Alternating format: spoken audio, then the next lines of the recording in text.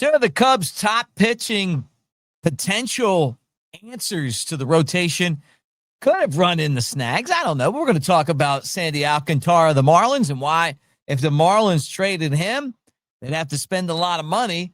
And Tatsuya Imai, who is one of the top Japanese players coming to Major League Baseball this year, says that, you know what? When I go, I want to do this. And does this mean that he's not going to pitch for the Cubs? That and a couple of well-deserving Cubs minor league players of the year right here on the Cubs baseball channel. Like, subscribe, thumbs up. Let's get this thing started. Great to see you guys, even you Cardinals fans, all of you that are hanging out with us on the show today. Thank you for being here. Let's talk a little baseball.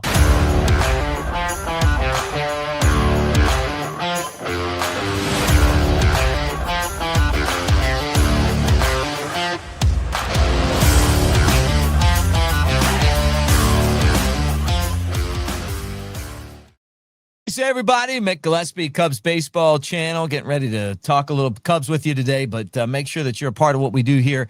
And the easiest way to do that is AveD, man. Hit that QR code, stay connected wherever we're at. That's our Web3 home.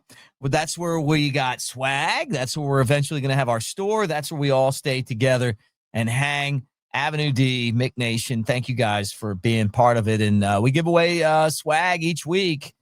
And we give away cash prizes each week for picks. It's all free. So take advantage of it.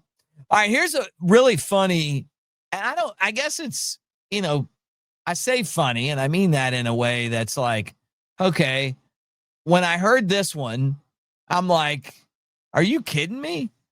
So Ken Rosenthal of The Athletic basically is saying that if the Marlins want to make any moves, and if that move happens to be Kevin Alcantara, that they're going to have to spend a lot of money. That's because they're on the other end of the luxury tax. As Cubs fans, we're always kind of looking, going, okay, if we get rid of this or we do that, like that's going to cost us more money if we add this guy.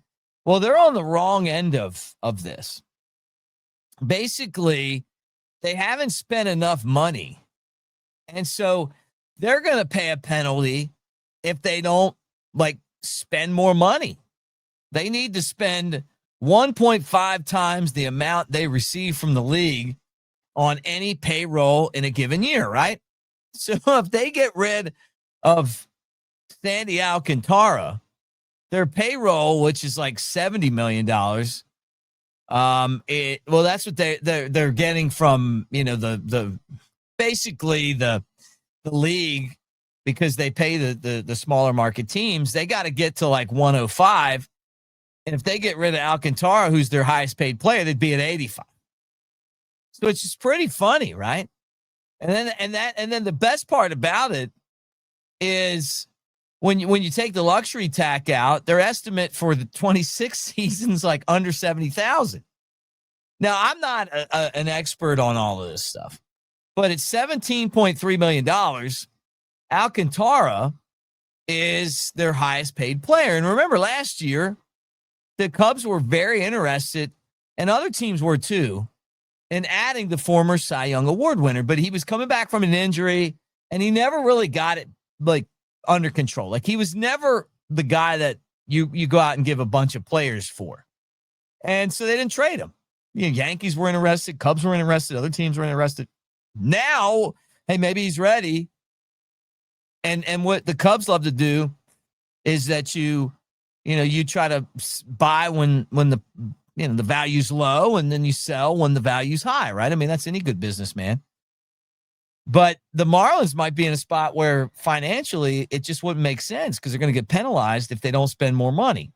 That doesn't mean they're not going to trade him, but that just means that there's going to have to be some other spending involved in this one. And if you're the Cubs, I mean, is this the guy you want to add? Shota just came back. I'm glad. I know some of you guys aren't. I am. You got Matthew Boyd, who was so good last year, kind of faded down the stretch. Cade Horton, fantastic, but got injured. Justin Steele supposed to return. Jamison Tyone was an absolute animal down the stretch. I mean, changed my entire opinion on him. Yeah, I always liked him, but I mean, just to see what he can do when he needs to do it. Like, okay. I mean, I see you, big boy. I like that. I like that a lot. So the Cubs have some pieces. They obviously want to add more to it. And the Marlins would be an organization that would trade. But, like I said, the Ken Rosenthal piece kind of probably somebody was probably like, hey, look, we'd love to trade this guy. But if we do, we're going to be so far under that threshold, we're not going to be able to, it's going to be bad news. So, we'll see what happens. Now, another guy who none of us have really seen pitch, but we've heard a lot about him, and it's because he's one of the best pitchers coming out of Japan, and that's Tatsuya Imai. Tatsuya Imai is like 27 years old. He's one of the top Japanese prospects. And I always assumed that the easy way to make a player from another country comfortable was to have some other guys from his country on the team, right? I got a great story today. I was talking to a former pitcher who pitched professionally all the way up to AAA, and he was telling me that there was a guy from, I think from the Dominican, that was telling the guys that were coming up from the Dominican to bat what the pitches were that were going to be thrown, and then he was released. He was like, it's the craziest thing ever. Now, this was years ago. And I'm like, I mean, because, you obviously the people from your country, you feel comfortable. This guy didn't make it to the big leagues, but he was just sharing that story with me. And I'm thinking, like, if I'm coming from Japan, right, like Imai, and I'm just like trying to fit in, wouldn't it be great to have some guys from Japan? But he apparently has said that he doesn't really want guys from Japan on the team where he's at. He wants to kind of make it his own way, which is interesting. So no Seiya Suzuki, no Shota Imanaga. I think that, like, part of this is interpretation too. I mean, maybe he's basically saying, look, I'm not going to the Dodgers. I'm not going to follow everybody to the Dodgers. Like, I don't know if that's really what he was saying, but it kind of feels like that because, when I'm like researching this and I'm going, okay, so you're telling me like you're not going to go to any team that has, already has some Japanese players on it. I mean, you wouldn't want anybody to talk to. This guy is going to be one of the hottest free agents that's out there to sign. I just feel like he's just saying, look, I'm just going to go where I fit. He said he'd rather experience a sense of survival when it comes to cultural differences. How do I overcome those on my own? He enjoys that kind of challenge, but you don't have to. You maybe have a couple guys there. I'm just saying that because we want this guy. Be great to have him. All right, last thing on the show today is congratulations to a couple of Cubs minor leaguers, guys that don't necessarily get the due that they deserve. And one of those guys is Jonathon Long. I saw this guy play. He's been a hit machine. Scouts aren't really, like, I'm just going to be honest, they're just not huge fans of Long, like this and that. Like, they complain about different things that he does, except he hit 305 last year with 20 home runs and 91 knocked in. He scored 86 times. He was all over the bases. He had 157 hits, more than any Cubs minor leaguer. He walked 79 times. He had a 883 OPS. And I had a scout tell me, he was like, look, I'm with a team that's not going to give this guy a chance, but he's like the perfect Oakland A, because the Cubs aren't going to give him a chance. He'll go to Oakland. They'll put him in there and they'll be like, well, this is a funky swing, but it works. And I totally get that. You're talking about a guy that was, basically, or is the 7th best prospect in the Cubs system. And, is a international league all-star. and has just done every level he's played, he's killed it. But there's just the naysayers out there, and sometimes it's like those guys call the shots, right? Like they get to pick, what they think, and to give a guy an opportunity. And sometimes, I'll be honest with you, like I've watched a ton of baseball, and I've heard scouts tell me, "Hey, this guy, I don't think this guy's going to make it because of this and this." And then years down the road, they don't. And I'm like, man, how did they know that? And I don't know if Long's one of those guys, but I know I've been there, and I've been like, maybe I don't spend enough time at the other levels of baseball to get that. You get to a certain point and you just top out.